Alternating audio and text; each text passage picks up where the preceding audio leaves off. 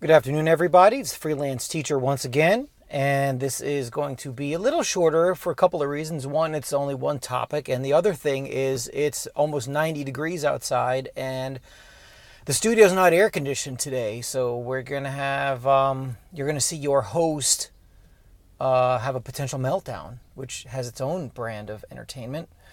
But I want to bring to your attention a couple of things that have crept their way into social media and into mainstream media. And you'll start to notice, and I've seen this, I saw it very subtly about 2 or 3 days ago. There are pictures of children in detention centers and people in cages, and scandalous stories about how ICE, the Immigration Control Bureau, enforcement arm of the federal government on the border, they're losing children and separating apart families, and very, very harsh criticism of border, any kind of border control, and criticism of ICE. And this idea that you know, one of the pictures that's been making the rounds is a picture of two children kind of curled up, sleeping with their heads alongside, face down the fence, as they're in what looks like a gigantic dog kennel, for lack of a better word. Very, very difficult picture to see. These pictures have made their way into the mainstream media, and they've made their way into social media. Now, here's the problem. These pictures are from 2014. The picture I'm referring to specifically with the two children is a picture from the Arizona Republic newspaper, I believe is what it's called. And it is an article from 2014. Now, here's another problem. Donald Trump wasn't president during that time. So what you're seeing is a couple of things all happening at once. One of them is the sudden but subtle introduction into social media and the mainstream pictures of wretched behavior by federal government at the border. So how did that happen? Donald Trump talked about Mexico not sending their best. That was his quote on the campaign trail that sent everybody into fits and spasms. And he was seen eating from a taco bowl, one of those edible taco salad bowls, and that, of course, sent everyone into the stratosphere. But it's been relatively quiet, this topic, right? I mean, everybody has what is now... I thought Bush derangement syndrome was pretty bad. I didn't vote for Bush. I thought he was a terrible president, wretched in every way. I can't think of anything positive from the Bush years, the W. Bush years, anyway. And so people were, everything was Bush's fault. It was even a punchline when something bad happened during the early years of the Obama administration. People just, they put up memes and it would be Obama's face, and underneath it would say Bush's fault, whatever the topic was. This kind of Trump derangement syndrome is even worse. And the sad part of all of this, what really gets my attention more than anything else, is that you have people pointing out, and I've done this in a few places, that, hey, look, what you're talking about and pointing out are actions from the Obama administration, and the pictures are from between 2014 and 2016. And the Obama administration ramped up deportations. The Border Patrol people were going bananas, deporting people, kicking them out, not allowing them to return. I mean, the Obama administration went bananas with this deportation stuff, and no one said anything then. No one seemed to care. And not only that, now that you bring it up, now that anybody bring it up, I don't mind the conflict, right? I'm okay. I can handle myself. But were you to bring up this, you'll get the same kind of response I had. I put out there, hey, look, these are 4 years old, these pictures you're showing. And someone said, it's worse now. Just like that, it's worse now. Really? Is it? I mean, maybe it is. I've seen no evidence of that. None whatsoever in terms of raw numbers, or like here are the numbers from the end of the Obama administration, and now the Trump administration has made it worse. So someone just blurted out, it's worse now. And the other person, of course, and this is this progressive liberal mindset that it's among younger people. The old liberals I have no problem with. They're consistent. But the young people are just snooty, like, yeah, we get it. They're from 2014, but, and then it goes into how bad Trump is.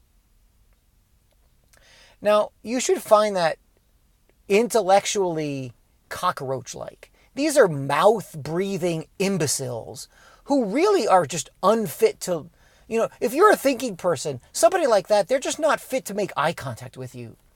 That's how intellectually repugnant they are. That's how morally repellent these people are. Smug, just, hey, look, okay, we get it. And you see it on Twitter, and I saw it this morning on Facebook.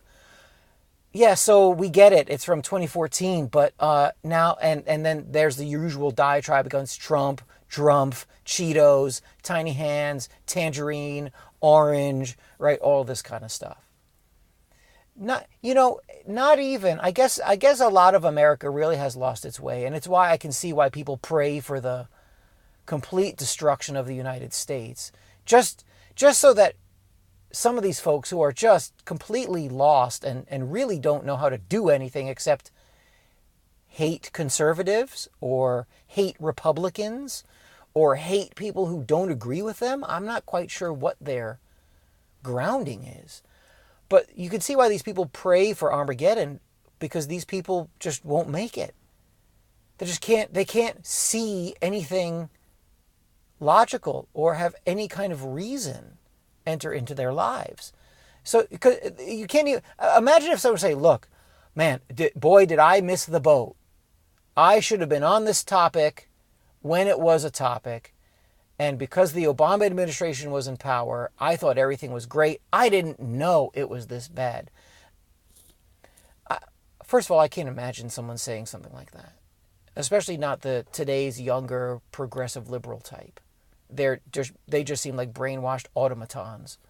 But I would have a lot of respect for somebody like that. And I think, and I tell this to young people a fair amount as well, that the person who says that instantly becomes a person of integrity.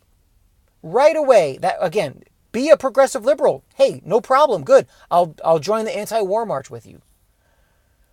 I'll join the march against varying kinds of organized power. But have some integrity. It's so nuts out there now that this kind of stuff, again, 4-year-old pictures, stuff that was and would be, stuff that is reprehensible treatment of people on the border. These are people, right? I know they're illegal immigrants. I get it. That's its own issue. It's a troubled topic. But these are people that we're talking about, not cattle. And they're not being treated well. And that was during the Obama administration. Say that you missed it. Let people know, hey, I didn't do it. And I mention to students all the time, it's okay to be wrong. And when you are wrong, you admit it and you learn from it and you go forward. And the majority of people will see you doing that and will see you as a person who deserves some respect. The person who is just frothing at the mouth, this anti-Trump stuff, I mean, think about it. You have first of all, the topic shows up. It just shows up. Pictures on the border. Trump's been in office since January 2017. Let's see, almost a year and a half ago. Why now?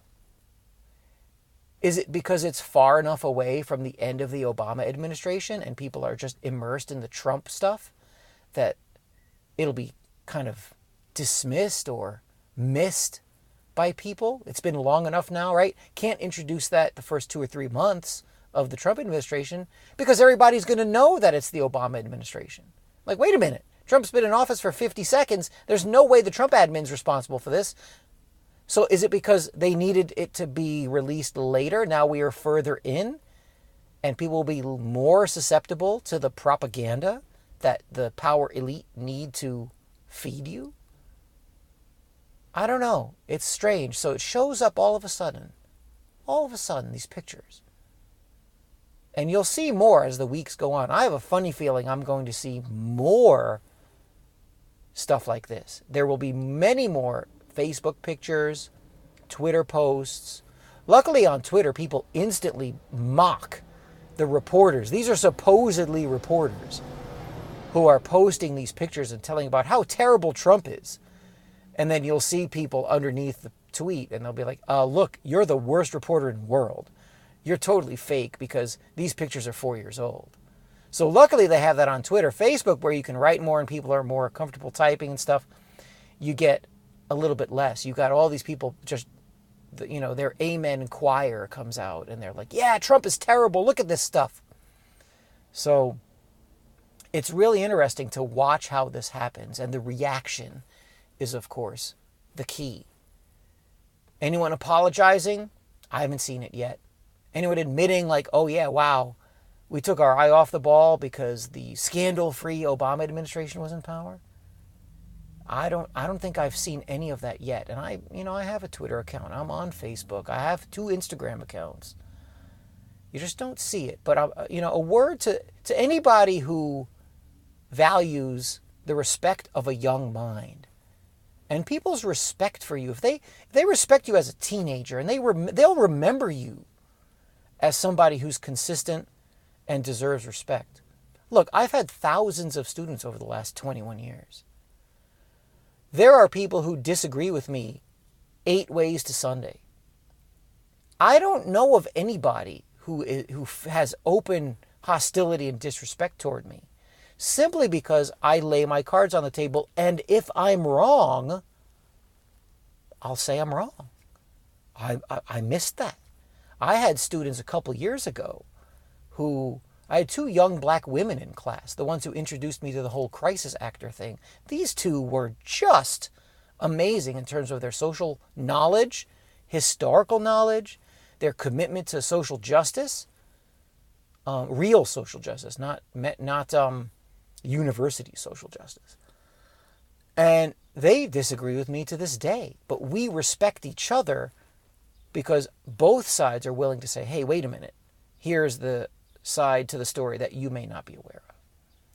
So the last thing I'll say is the teenagers notice. If you are just a frothing at the mouth anti-Trump person, and no matter what is out there, like I showed these 4-year-old pictures to the students in first period today, and they find this kind of thing funny because they're like, well, those are not during the Trump administration. And they see it for what it is. They see that kind of behavior for what it is. If you're just rabidly against Donald Trump and you don't see logic or reason, they notice that. And because they're young and they're impressionable, they're going to remember that. So, I don't know. I work with teenagers, so it's important to me what they think. It matters to me that they see me as a person who's intellectually honest. And somebody who's consistent. And somebody who will admit when he's wrong. I see very little of that behavior from the mainstream corporate press and very little of it from so-called adults on social media. Hopefully that'll change. I don't think it will, but it makes me have even more faith in the younger folk. That's it for today.